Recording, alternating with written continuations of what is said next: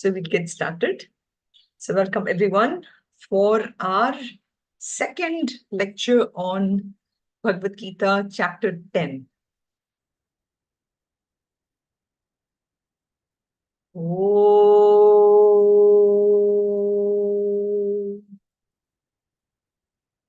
Om.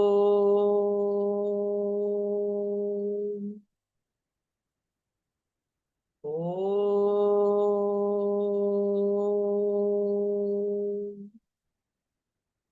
Om Sahana Bhavatu Sahanau Bhunaktu Sahaviryam Karavavahai Tejasvinavadhitamastu ma vidvishavahai.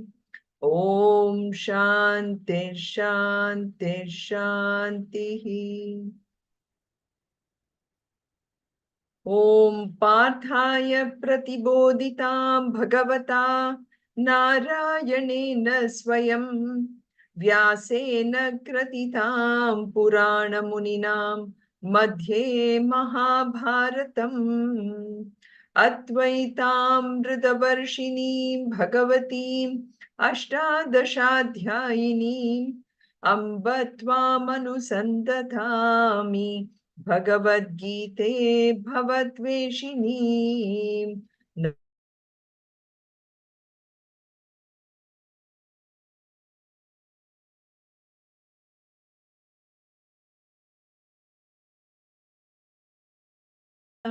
Prajvalito Jnanamayah Pradipah Prapanna Parijataya Totra Vetraika Parnaye Jnanamudraya Krishnaya Geetam Ridatu He Namaha. Vasudevasutam Devam Kamsa Chanuramardanam Devaki Paramanandam Krishnam Vande Jagadgurum. Sarvadharman Parityajya Mamekam Sharanam Vraja Aham Tva Sarva Papebhyah Mokshayishyami Ma Shuchaha. So as I said, we are with the second lecture on the 10th chapter of Bhagavad Gita. So this chapter is called as Vibhuti Yoga. Vibhuti indicating the glories of that Bhagavan, the glories which is everywhere around us, but yet we are unable to sometimes see this glories which is everywhere. So this chapter is really about, the power of that Lord, that Krishna, that Narayana, however we want to describe that Ishvara. And it is also about really the pervasiveness or the subtlety of that Bhagavan, which is there everywhere. So this Bhagavan is actually, if we think about it, is really is seen everywhere in this whole diversity of flora and fauna that we see. And this is really the chief factor in each and every one of us. And this supreme being, without which none of us would ever exist in this world, is really what in this chapter we see the glory, the expressions, the vibhuti of that Lord. So we find that in this chapter, Arjuna actually feels extremely inspired with this fact that that knowledge which is there in the Vedas is now being sort of seen in person in front of him. And this actually, that visible perception of his is actually continues on into the 11th chapter. So, so this is the kind of the inspiration, the motivation by which this chapter actually starts off, and Krishna actually elaborates on this quite a lot. Arjuna actually inquires Krishna as to really how can I really see you? How can I keep in touch with this eternal aspect of you, O Krishna? Because he can, I mean, in some sense, that knowledge which Krishna is telling him is actually sinking into him, but yet, he needs proof of it, right? So that is what Krishna is trying to bring to him, that, and we all being Arjuna, he's trying to say that, well, you do see this world, you see the world in all its plurality, all the diversity, all the various forms of, human beings, animals, birds, plants, both the inert aspects and the animate. So inanimate in the form of stones, mountains, everything in this one. So all this, yet, how can you show me that you are there? How can you show me that you, the infinite, is there in all these finite aspects? How can you show me in all these beautiful forms, O Krishna? So that is what chapter 10 is all about. In 42 verses, he shows his beautiful glory. So, and then you will see that, and just to give you, sometimes, when we read a book, we always want to know what is the ending, right? So at the end, Krishna, you see that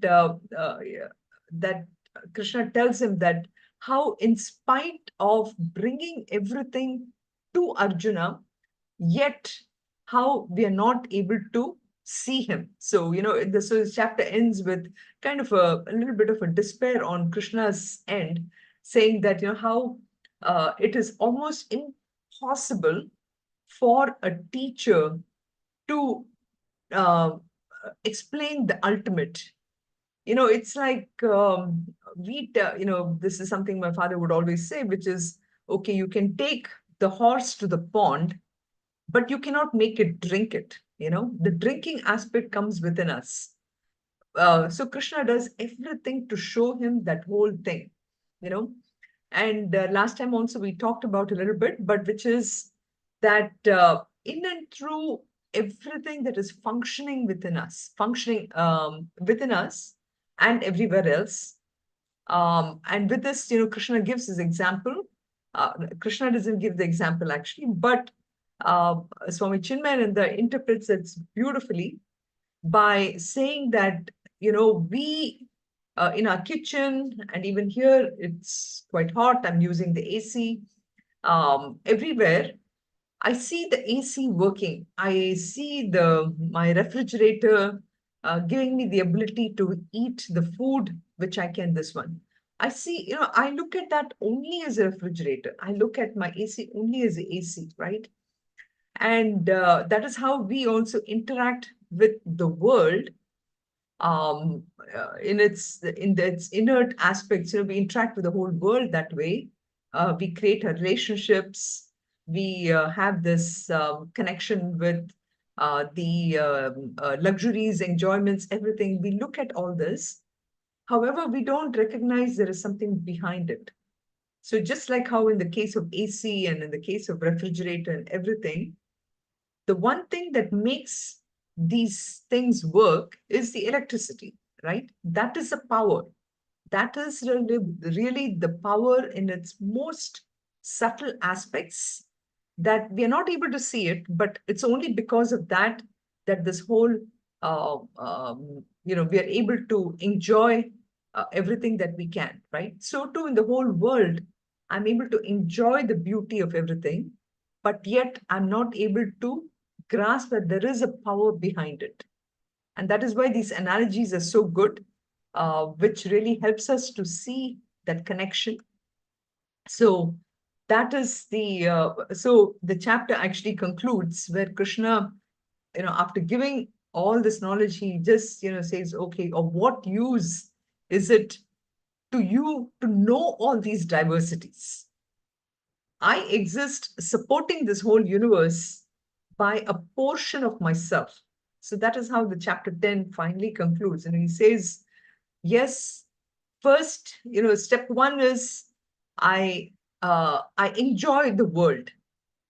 And why is the step one necessary? Because we enjoy the world today by looking at my connection with something. I enjoy my child's play because he's connected to me.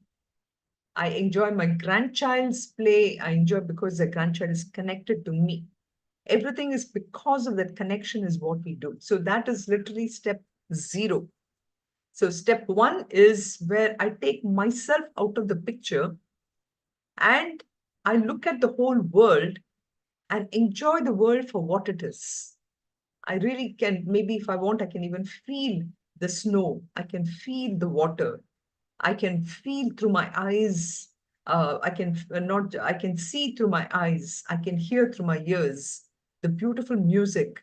All this is the beauty of the Lord. So that is literally the step 1.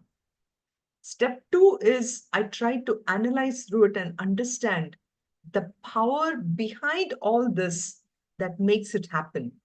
So that is that to that level is where Krishna wants to take us to. And finally, at the end of the chapter, he says, give up all these names and forms, okay? And just focus on me. I am that substratum. I am that power. I am because of which and everything the world is. So I am that adhishthanam, or you can say even I'm that alayam, I'm that home, I'm that abode. All these things in chapter 9, we saw that build up. But here, finally, he says, I exist supporting this whole Jagat. That is by Jagat Karanam, Jagadishwara. Why are these names? Because I exist supporting that entire universe by a portion of myself, that amsha. So that is the aspect that we need to reflect upon. And that is where this chapter 10 pushes us through to look at it. So just wanted to give a short synopsis of how this chapter 10 is building up to give you the whole summary of it. Any thoughts or any questions? Anybody wants to share anything more on this?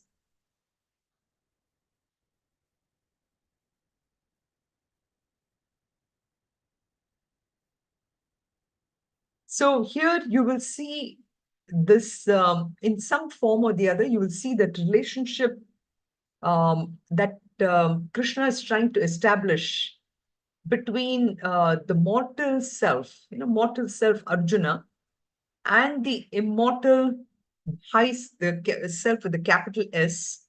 He tries to establish this relationship also. So the small mortal self is the one which is sort of conditioned by all these koshas, when I say koshas, the koshas are the layers, the pancha koshas, annamaya kosha, pranamaya kosha, manomaya kosha, vijnanamaya kosha, and anandamaya kosha. These are the things by which we as a finite self, function in this world. And because we are limited, so this is the thing about it, because we are limited by these 5 things, we function in the world based on how we are what the kind of vasanas we have gathered, what kind of impressions we have gathered. Whereas that whole big capital self, Krishna's, that is reflected and is functioning in the whole world through this total mind and intellect. And that is this Ishvara principle. So in his limited form, Krishna is that Ishvara, which is functioning through each and everything. So if we can understand that idea of who I am and how I am part of that whole thing, whole Ishvara, then we can really understand how I can actually subdue that ego of myself, because I'm part of the whole thing. And this part of it is where Krishna is trying to slowly get us out of it. So we kind of create our own world through our mind and intellect equipment, right? And through this, we are interacting into this world with our own limited view of the whole world. So Krishna wants us to drop that aspect of it. He says that, how we are part of the whole thing. So let's really dissolve that so-called perception within us. And that is where, towards the end of this lecture today, we will have this discussion on Viveka. I had posed this question to everyone to last time on what Viveka is and how that is a crucial aspect which is really, really necessary in for us to progress into our next level of evolution, which is really dropping all those things which we are so attached to and which are really impermanent. And that needs to be dropped in order to get to the permanent state. So that is something to look forward to here. So last week, we talked about this connection in the second half of the 3 parts of Bhagavad Gita. And we quoted this 3 verses, which is this from 7th verse, from 7th, 4th, 5th, and 6th. Each one, first, where Krishna is explaining how, if you look at his nature is 2 parts. One part is the part that we are all familiar with, which is a finite part. And again, using the same example of the AC or refrigerator. The part which is practical and usable for us is this a hard case, right? So with the fridge, you see the shape, the form, and the function. All that is what we see. And that, Krishna says, is actually my one part of it. And just to kind of, it's not that one is inferior, like the word which is used in one of them is inferior. What he's trying to bring about that inferiority part of it is to say that, hey, we are all so focused on this functioning of things, but I want to take you one step higher. So that is why he breaks it down into 2 parts. Part 1, which is a part that you're all able to see, Bhumira Punalo Vayu Kammano Buddhi Revacha. That is all the part that you're interacting with. But there is another part of it, which is my higher thing. And that is where he brings this example of the pot, the various pots and everything, which is to say that ultimately all these pots are made with nothing but mud, right? So too, for each one of us, it is the power of who we are. That is the ultimate part of it. Everything else you see is only the functional aspect or the nama and the rupa part of it. So that is where he's saying the whole universe is just a nama rupa, and they all have been created from me. And that is where I am the source and the dissolution. Just like how the pot can be broken up into the mud and the mud can be shaped into other things. So too, he says, Etad yodini bhutani sarvani tyupadharyam aham kritsnasya jagata prabhava pralayastata. And then he brought this example of Matta Parataram Nanyat, Kinchidasi Dhananjay, Mai Sarvamidam Protam, Sutre Mani Gana Iva. So all these things are nothing but held by that power. So he said, he brought this. And this superb simile, we can actually see in all these beautiful forms where we can, here I brought in some examples of Niagara Falls and Grand Canyon so that you'll be able to relate to it even more, which is how all these creations are the vibhuti. And so that is why this whole chapter is actually called as Vibhuti Yoga. And these expressions are necessary for us each day to really understand that power or the mahima of that Lord. So something that we can all probably do every day is, to pick one thing in this universe. Every day we can take one thing in this universe, which is which really impresses you the most. It could be anything. It could be the smile of a child, the smile of a baby, or it could be something which is something that somebody did really well. Could be anything. And kind of make a note of it and look at that as, okay, this is a vibhuti of that Lord. It is because of that Lord that I'm able to enjoy this, something like that. So the whole thing that ultimately in 10th chapter, what Krishna is trying to drive is the world is not separate from who we are. We all are really coming from that world, from that Lord himself.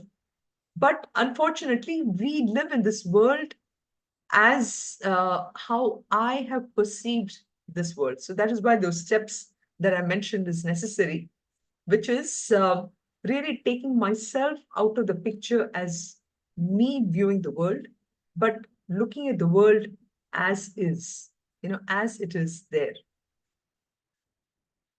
So in Shloka 1, we see Krishna, uh, again, becoming, a proud teacher. And really, when I say he's a proud teacher, because he sees that willingness in Arjuna to learn even more about the creation, about really learning more about himself, and that is the infinite self, or Paramatma. He sees that, and therefore, in Shloka 1, we saw that where Krishna says, again, I'm repeating this again, punaha punaha vacha. He's trying to say this, bhuya eva mahabhaho, shrunume paramam vachaha, yatte aham preyamanaya, vakshyami hitakamyaya. So he uses these two adjectives, priyamanaya. Priyamana, one who is so delightful, one who's so delightful for me, and who is so happy to hear this knowledge. And the second thing, he describes him as somebody who is such a great well-wisher, hitakamyaya, wishing only, for some, he wants to, he has only the goodness of heart towards Arjuna. So, such a beautiful, again, teacher-disciple kind of a relationship here. You see the student completely in tune with the teacher, and the teacher just so happy to share this knowledge, the supreme knowledge, Paramam Vachaha. He feels that Arjuna is really, really ready for that highest knowledge. So, he first, of course, praises Arjuna Mahabaho, and then he says, Shrunume Paramam Vachaha, again, listen to this beautiful thing that I'm going to tell you. So then in shloka number 2, he starts to explain about the glories, and earlier, he said that, he wants to explain. Now, why does he want to explain? So trying to say how, the cause and the effect, everything really comes from him only. And he tries to also wants to explain about how the greatness of this knowledge is such that even the great Sapta Rishis, they really do not know, but do not know from the point of view to say that it would be hard for anyone to fathom this knowledge, So that is why he says this, Name viduhu suraganaha. So, Prabhavam, na maharshayaha. Prabhava means again the glories, or Prabhavam here he says origin, and about the fact that, he's Adihi. He, you know, we always want to know the cause of something, where did God come from? This is kind of a standard question when the kids really want to talk about, where did Krishna come from? Where did Rama come from? So he tries to explain this, my origin.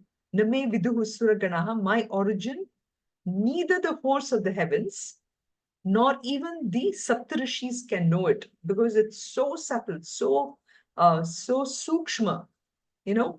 But aham adihi devana, I am the source for all the devas and Maharishis in everywhere. So when I myself am the cause of all this, how can the devas and everyone know this, right? And Swami Tejamananda gives this beautiful example of, for example, a couple, as they grow older, they celebrate the 60th birthday, okay? And sometimes, of course, there's a great significance of 60th birthday, which I will not go into. But the point is, sometimes in the 60th birthday, they again exchange garlands and everything. They go through the marriage ceremony, how it was before. because the child would or the children may never have seen their parents' wedding ceremony, right? Obviously. So, so to here, for example, the cause of the whole universe, how would we ever know about it, right? It is impossible to know it because the universe is always there. So, aham adihi hi devana, I am the source of all the devas. And me being the source, I can never really die, right? I'm always there. So I'm the source, I'm the changeless. And any change is the one which has a beginning and an end. But the changeless can never have it. So a cause has to be something which is changeless. And that changeless substratum is I am. And this is something which is very, very difficult for even the greatest of the Munis to completely grasp this. And that is what here he says in Shloka 2. And then in Shloka number 3, which we just started doing last time, he says he's now after the shlokas 1 and 2, here he's setting the stage to again explaining the greatness of his knowledge, the power behind the behind that message. But here in chapter 3 he now explains a little bit about the nature of himself. He explained in the previous one that he's Adihi, right? So here he's explaining even further here. He says, Yahamam Ajam Anadim Cha, I am the unborn and the beginningless. Ajam, unborn, beginningless is Anadi. And how do people know him though? It's great to say I'm unborn and beginningless, but I need something to know, right? So he says, this entire lokam, this entire world that you see of names and forms and everything, I'm the Lord of the whole thing. Veti Lokameshya Maheshwaram. Know me, Veti, know me as the uh, Lord Maheshwaram, Lord of this entire universe. Asam Mudaha Samartheshu. Once a person knows this, that person is now not deluded. So, in other words, he's trying to say that, we are all deluded creatures here. We're living in the world of illusion. We are constantly, not only are we deluded, but whatever actions we do are deluded actions. We are interacting with the world only through the perception of who I think I am and who I think the world is. So, uh, no wonder that we get into issues, right?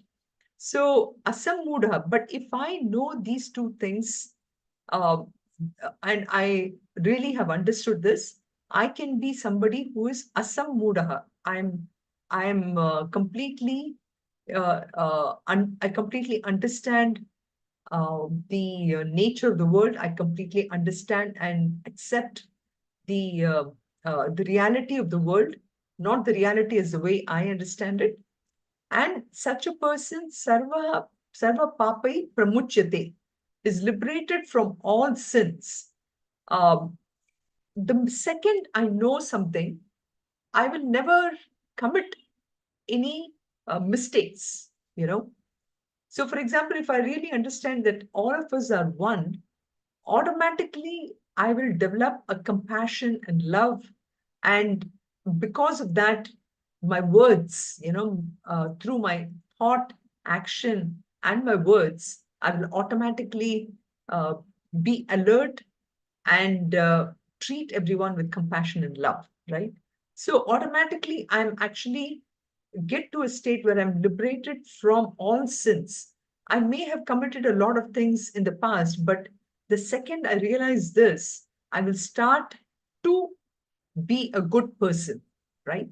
So, so that is the assurance that Krishna is saying here. Yomam ajam anadim cha veti loka maheshwaram asam mudaha samartyeshu sarva papai pramuchyate.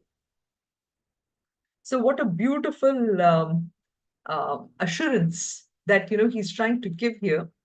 And in one shot, you can see how Krishna is sort of lifting Arjuna from the world that we live in, the real world according to how we look at it, to that really the absolute real world.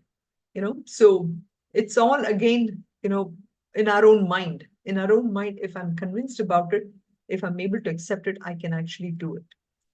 So then you see, Krishna is really uh, placing a lot of emphasis on this sadhana chatushtiya, and we will be coming to some of these other qualities in the next few shlokas here. But this is where we left last time about viveka, and I was wondering if anyone has anything to say about it before we go into a little more discussion of viveka here.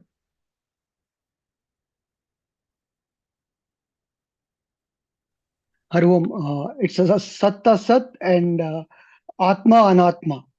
Correct. And the Nicha Aniccha Vastu. Correct. So that is the discrimination. Discrimination, and I have here, which is coming up soon. So basically, Gita really places a lot of emphasis on this quality of viveka or discrimination. So it is, as Anant said just now, it is the discrimination between nitya and anitya, which is real and unreal.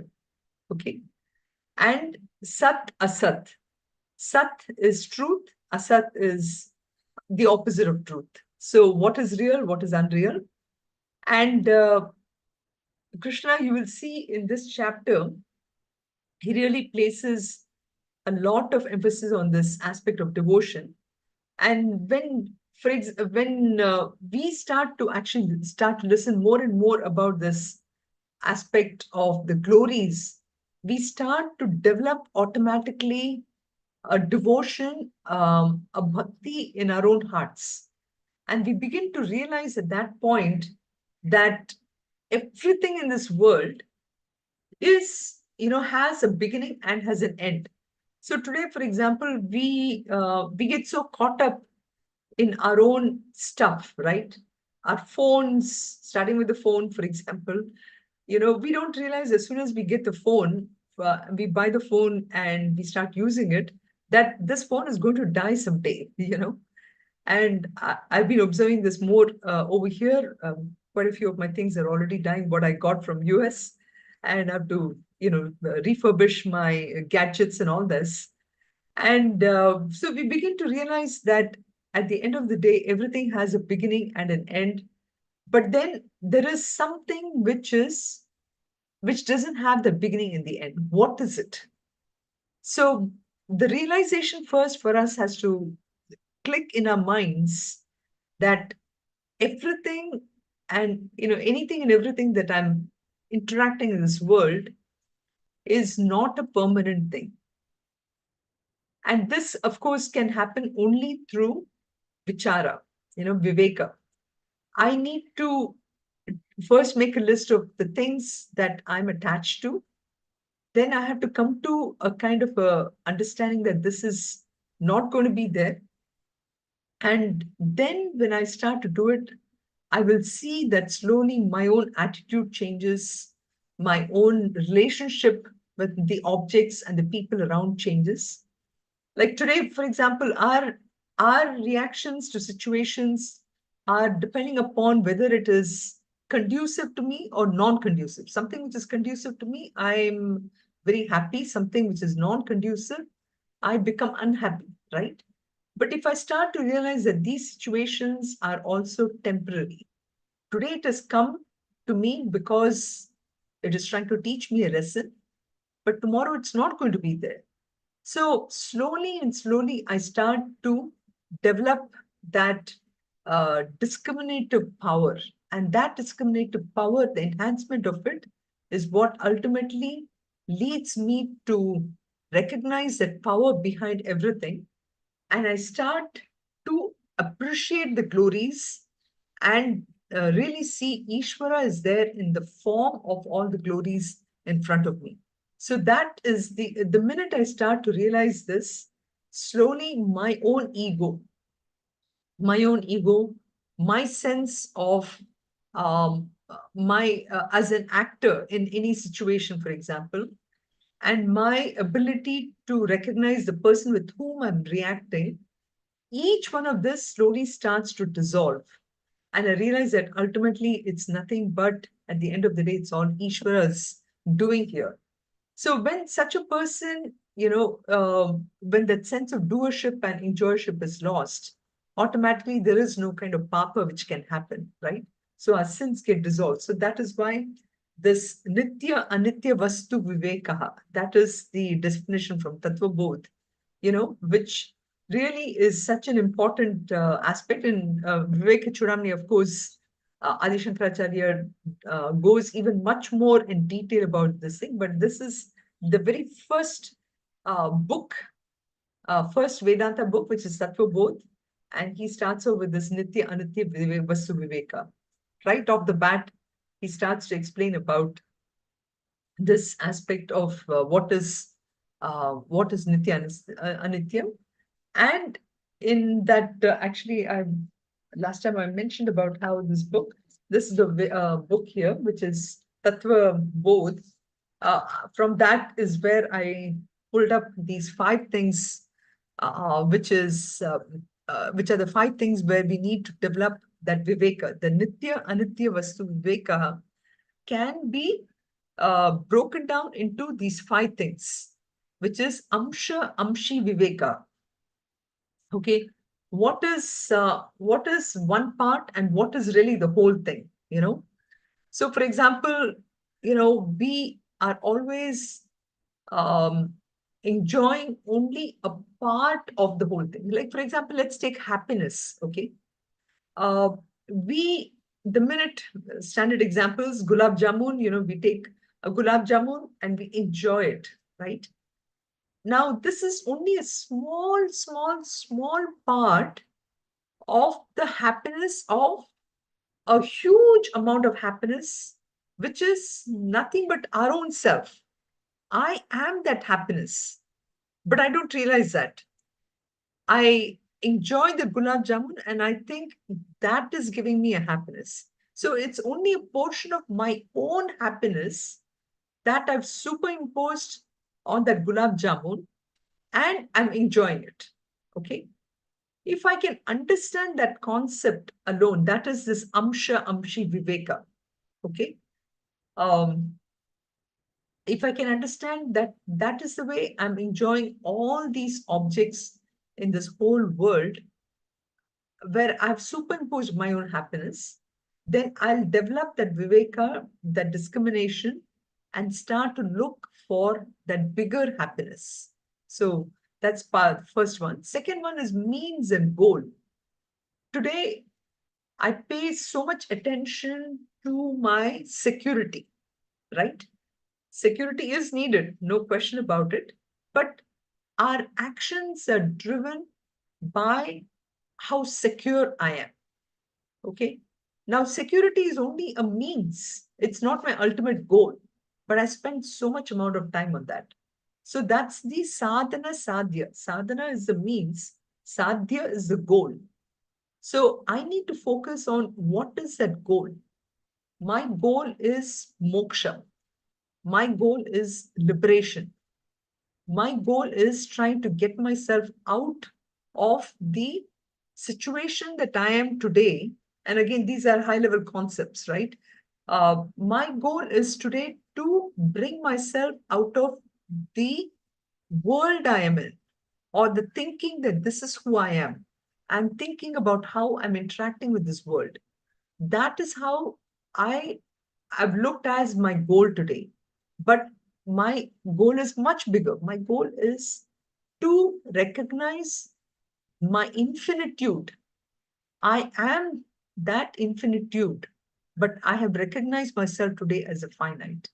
So that is the second major viveka that I have to constantly start acting in this world. The third one is good and the pleasant. Shreya Preya, Kathopanishad.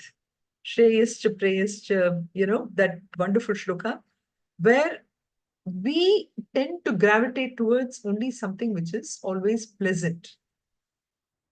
So we don't recognize that I need to gravitate towards something that is good for me for the long term, not pleasant.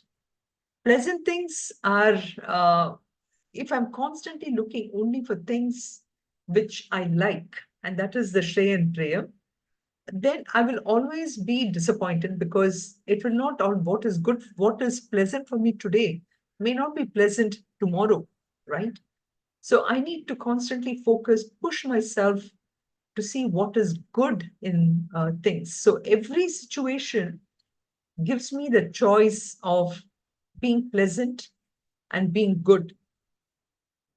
Again, simple examples we can use. I just want to use simple food example. For example, we talk about this bitter gourd, right? So bitter gourd may be bitter for me in terms of my taste. I mean, this is for a person who doesn't like bitter gourd, okay, who doesn't enjoy bitter gourd.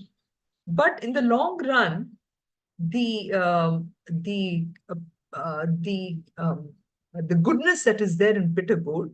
I don't want to use the word chemical here, because chemical may people may look at it as, oh, chemicals pollute, right?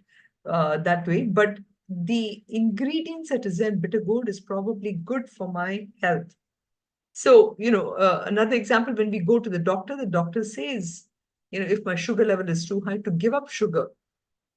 But then I like to enjoy the gulab jamun because it's very pleasant. It's good for my thing, but in the long run, it's not good for me, right? So that's the good and the pleasant. And self and non-self, Atma, Anatma, Viveka. Anand touched upon this aspect on the eternal and ephemeral. So self and non-self.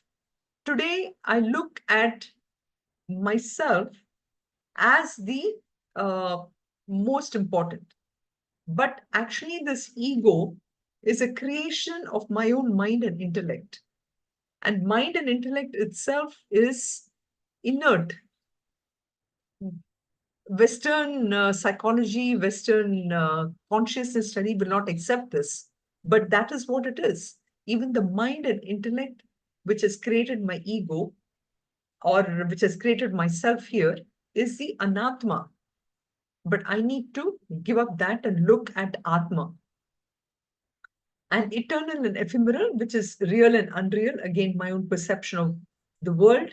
So these five things are the things where in the 10th chapter, you will see how Krishna explains about the beautiful glories of the world, but he also actually goes into the subtle manifestations. But let me take stop here for a second and ask, is there any questions, Yeah, or does this on, word Viveka, yeah, go ahead, carry Nina. on. Yeah, so I did not understand the first part, Amsa, Amsi, Viveka. Uh-huh. I As get Yeah, you what you said about Amsa, Amsi. The rest I understood. Amsa, Amsi. sure. Amsha. So Amsha and Amshi is a very, very uh, powerful concept. And let me just take a work example, okay? Mm, If I'm working in a company, it can be anything, an IT company or in the chemical company that I was working in.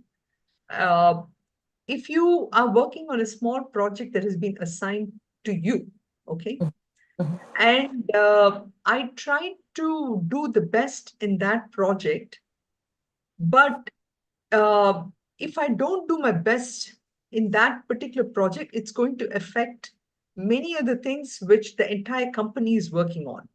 Okay.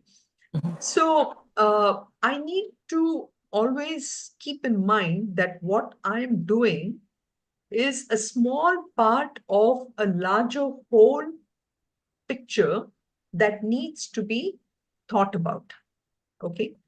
So if I'm focused only on a very, very small, of course, I have to focus on the small part and do it very well. That is very, very important. But if I think about how much that small part is going to give me happiness, and I think that that small part is is the whole part of it. I'll actually give you another beautiful example. I don't know how many of you have read this beautiful book called Who Moved My Cheese? If you have not read it, it's a very small booklet, okay, maybe just less than 100 pages or something. I have read that, Harvam. You read that book, right? And I mean, it's amazing. So it's a story about these two rats, okay? These two rats, they find this big mountain of cheese, okay? From a rat perspective, even a small, big piece of cheese might look like a big one, right? So these two rats, they find this cheese, and one of the rats, it starts to bite into this cheese, and it thinks that that is the whole world, and he thinks this cheese is going to last forever. Okay. The second rat, he is a little more smarter. He recognizes that this cheese is not going to last long, and he needs to do something about it. So this first rat looked at that whole mountain, thought that is the whole thing. Okay. The second one knew that that is only a small part of a bigger world that he needs to think about. So this is what the part in the whole is, how I look at this. Anybody wants to add to it, or go ahead? Okay. Does that make sense, Meena? Yeah. Yes.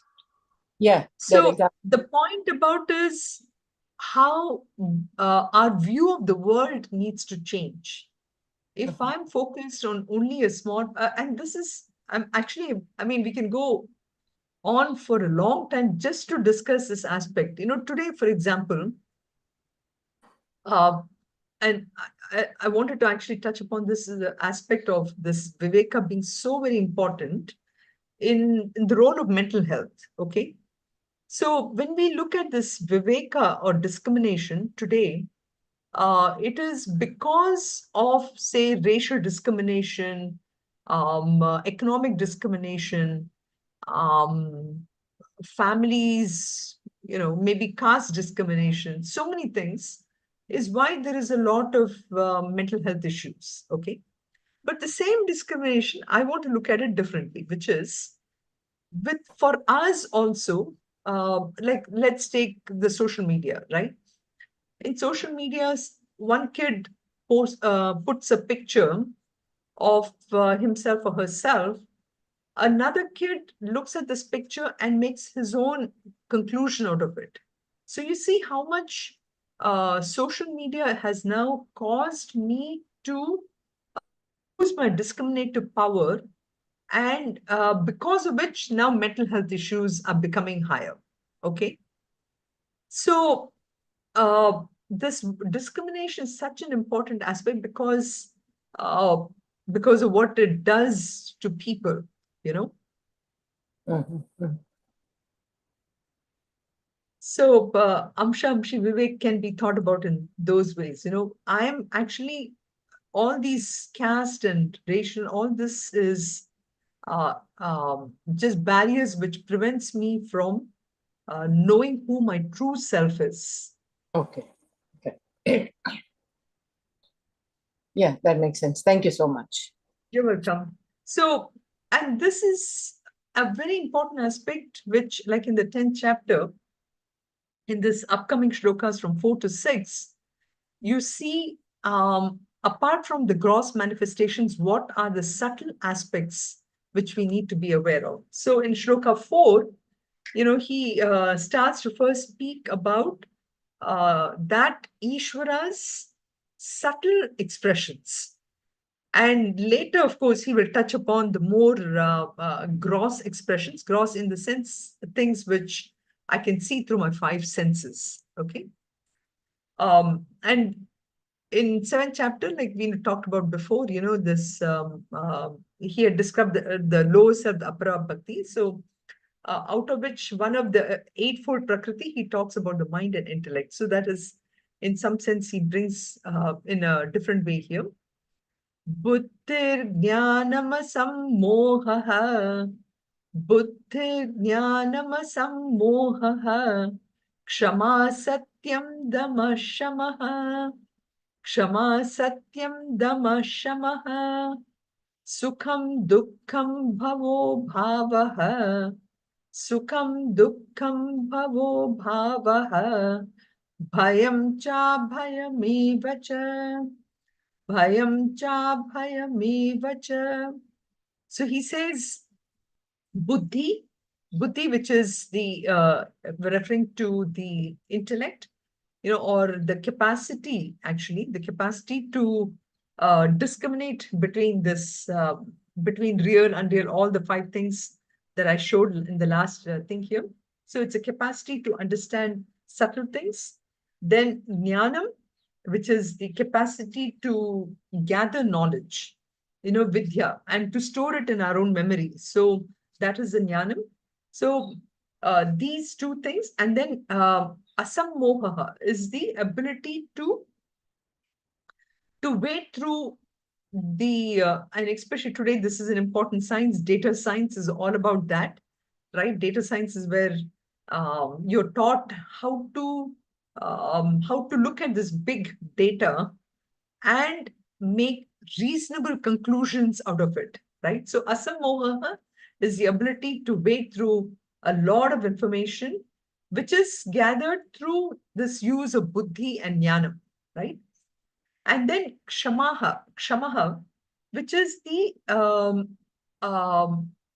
ability of the mind to, it's also called as fortitude, which is ability to discriminate between the things that are told to me, whether it's in the form of praise or whether it's in the form of abuse or anything. The discriminative power within myself to look through what people are saying and understand the essence of what is being said. That is Kshamaha. So Satyam, what is Satyam? Satyam is the utterance regarding what one has seen, heard, and felt oneself. Okay. Again, Kshama is the fortitude, is the ability to deal with those things. Satyam is to see the essence. Okay. And Damaha and Shamaha is again the part of the Sadhana Chatushtaya, the fourfold qualifications, which is the ability to make the right decision based on what I see and what my mind is trying to deal with it. So Dama and Shama, we have talked about this before also. And then Sukham, Dukkham is happiness and sorrow. Bhavod Bhavaha, which is Bhavaha and Abhavaha. Okay. Birth and death, or existence or non-existence. So that is the Bhavaha in this one. And Bhayam and Abhayam, fear and fearlessness. So all these things are also, he's trying to say, these are creations, adhyatmic creations, which are very, very subtle. And that is why the word Viveka, we went through quite in detail about it, because the ability to grasp all these subtle aspects of it. So that is what he's describing in Shloka 4. And then Shloka 5, he continues on to describe some more of these qualities. Ahimsa samata tushtihi. Ahimsa samata tushtihi. Tapodanam yasho yashaha. Tapodanam yasho yashaha. Bhavanti bhavad bhutanam. Bhavanti bhava bhutanam. Matta eva pritag vidaha. Matta eva pritag vidaha. Again, some more of these qualities in continuation from 4, which is ahimsa. Ahimsa, again, it is not just in deed, in the action, but it starts all the way from the thought and how the thought translates to a word and word to action. So ahimsa, from non-cruelty to others. Samata meaning samam, maintaining that equality with everybody, equanimity or even mindedness. And then tushtihi meaning completely satisfied. Again, a quality of the mind, So tushtihi, satisfaction. Tapaha. Tapaha is again a word which keeps coming constantly in Bhagavad Gita in different chapters. It's the act of disciplining the body through self-control of the organs. And just yesterday, Monday, Tuesday was Ekadasi, right? Ekadasi, which is, and this time it was a Nirjal Ekadasi, which is the ability to remain for 24 hours without eating anything and even drinking. Of course, a little amount of water is allowed because to prevent your body from dehydration. So these are things which are being prescribed again as means to discipline our sense organs. So tapaha, an important aspect. Danam, which is again distribution of wealth according to one's own capacity, the ability to give.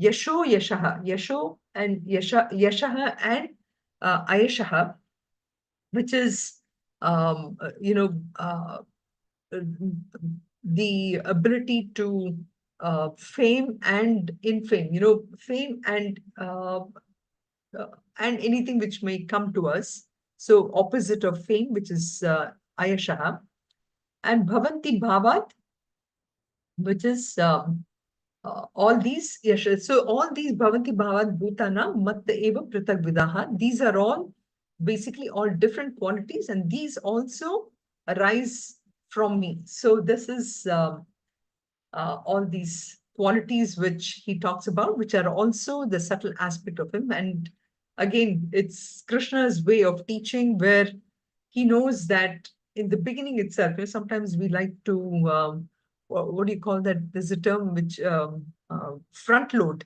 He's front loading all these qualities because he knows that in the beginning of a chapter, there's a lot more interest and attention that he can create.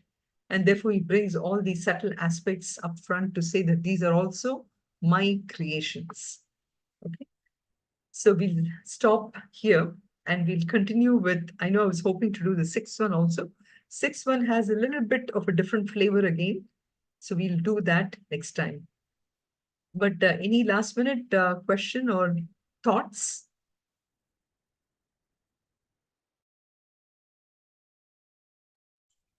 Hari Om. Actually, the way I was, as you were explaining, I was reflecting on actually the shloka 2.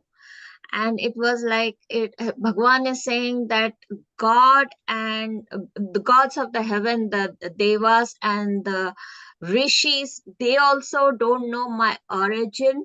They don't know anything about. But what got me thinking was, once they have attained that, once they have, the rishis and the mahatmas, and then once they have become one with the Lord, there is no beginning, there is no end. So it doesn't really matter at that time for them. I mean, it's like once we have become one with God, there is no beginning, there is no end. We are just we are the dhuli of that Lord's, at Lord's feet. So that was what that just got, I was contemplating on that as you were explaining about the rest of it. Yes, everything has come from him, but because of our inability to realize that the Lord is the substratum of everything, we see nama, rupa, jati, niti, we do so much, we get lost in all of these world of objects and world of illusion. We take this illusion to be so real that we are unable to see the substratum behind all of that. That is what I just got lost in this shloka 2 as you were explaining the rest of it, and my mind was stuck on this, that how can we, so thank you so much. You're welcome. Yeah, you're right. And in that sense, like what you were saying, the aham adihi, the substratum, the changeless. I mean, all changes can happen only from a changeless aspect, right? And so here he is, what he's trying to say is I'm the source from which the Saptarishis have come. I'm the source for the hosts of the heavens. So how can they know me, right? I am the causeless cause of the whole thing. Exactly. That can be interpreted in that way. Another thing to interpret it is this knowledge is so profound, so subtle, that even the Saptarishis who are evolved beings, even they may not necessarily know my ultimate, my pure, infinite self. You know? Yeah. I mean, we have heard again and again where they themselves have needed the Lord's help to.